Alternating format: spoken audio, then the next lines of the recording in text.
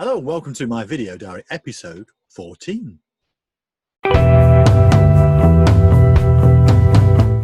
I'm still in that limbo world at the moment, in between last Tuesday when I was unofficially told that I'm cancer free and Monday of next week when I have the official meeting, which hopefully will give me the official confirmation that I'm cancer free. So it's a bit of a limbo, but the consequences of the cancer and the operation continue. So I woke up on Sunday morning to find that my back was wet. And I thought, So on my back, I have the wound where they took the skin to form the skin graft, which then they sewed onto my arm where they'd taken the tumour from. And so there's quite a long wound there. And so I asked my wife to have a look at it, and she said, "Oh, that looks really bad." And it turned out, so the wound had been I'd actually been discharged from the plastics dressing clinic, who have been looking at my wounds and applying dressings and whatever. And the last time I saw them, which was that previous Tuesday, they had said, okay, the wound itself had opened up about ½ inch at the top. And they said that's to be expected because it's in your arm, it's in the crook of your armpit, and that's the kind of place where you're bound to have pressure on it, and it's no problem, just keep putting dressing on it. But this time when my wife looked at it, it had opened up about 4 more inches, and it had opened up quite wide as well. And I'm not going to go into it on this video because I find I'm a bit squeamish myself about these things, but what she told me she could see worried me. So tried to contact the clinic, and it was a Sunday, no response. Rang NHS 111, they said, get yourself up to A&E. So I went up to A&E at Huddersfield Royal Infirmary. They said, all different arrangements nowadays, they sent me just along the corridor to the minor injuries unit. The doctor at the minor injuries unit looked at it and said, it probably needs stitching, she said.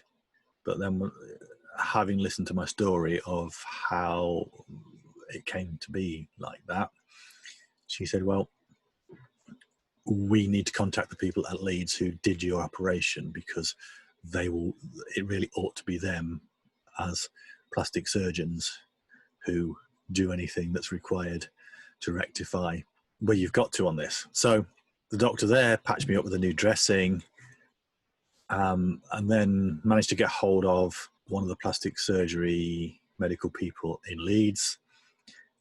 And the story from that was, well, we want to see him tomorrow morning, i.e. Monday morning. So I was sent home. Well, I had to have a COVID test, because you have to have a COVID test when you're going into hospital for any kind of medical procedure these days. I had to have a COVID test, I had to have a blood test, and I was also sent home with some antibiotics because the doctor thought the wound might be slightly infected. So Monday morning, I'm there outside the ward I've been told to go to at Leeds General Infirmary at 8 AM, only to find the ward doesn't open until 9 AM. So I then had to go and sit in the reception for an hour to wait for the ward to open. Anyway, I go into the ward, I see a doctor, he has a look at it, ums and ahs a bit, and goes away for half an hour, comes back and said, don't think it needs stitching.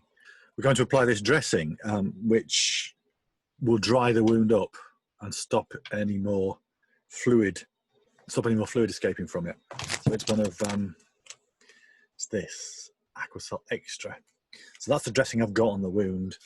On top of that, I've got some gauze, and I've also got, these are spare ones they gave me in case I need to replace them, and I haven't got it with me, but it's something that looks like the sticky back plastic they used to use on Blue Peter,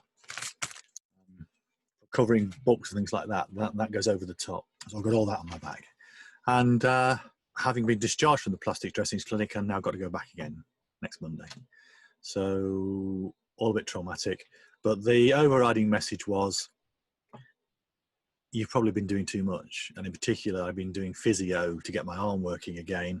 And it may well be the physio that's contributed to opening the wound up. So basically, I've got to take it easy.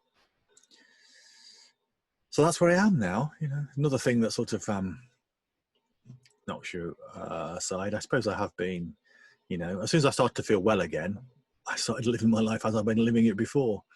And I suppose this is a bit of a wake-up call that you can't really do that when you've been through the kind of trauma that I've been through. So I'm just going to have to put the brakes on, really. Make sure I rest, make sure I don't do anything to put any strain. Basically, I've got an open wound on my back now. It's well padded and everything, but you know, the thing I don't want to do is to open that wound up any further.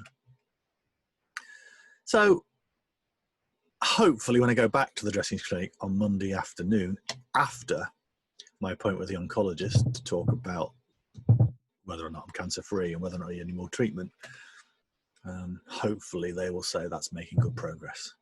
But here we are, really. You know, this is it. You know, I'm used to being someone who's healthy and gets on with life. The last 5 months have been tough in that respect. And I got to the stage where, particularly after being told I was cancer-free, I got to the stage now where I'm thinking, let's put all this behind me. I'm just going to get on my life and do things as I've always done. But I can't, obviously. I'm always an idiot to think that. And so, you know, I think my message to anybody else who's facing these kind of issues is give yourself time to recover. I'm an impatient kind of person. You know, I often say to people, I don't do patience. But I think sometimes, you know, obviously in this instance, I have to learn how to do patience. Anyway, I hope you're well. I hope you're keeping safe. We're still living in this weird situation with coronavirus, lockdowns being eased. Personally, I think it's far too early to be easing lockdowns. And I would advise you to stay at home if you possibly can. Keep away from people. Keep to the 2 meters. You know, whatever the government says about 1 meter plus, I think 2 meters to me is the minimum distance you should be keeping away from other people. But keep safe, keep well. I'm in good spirits, despite the fact that I'm having to not do things I want to do. And I'll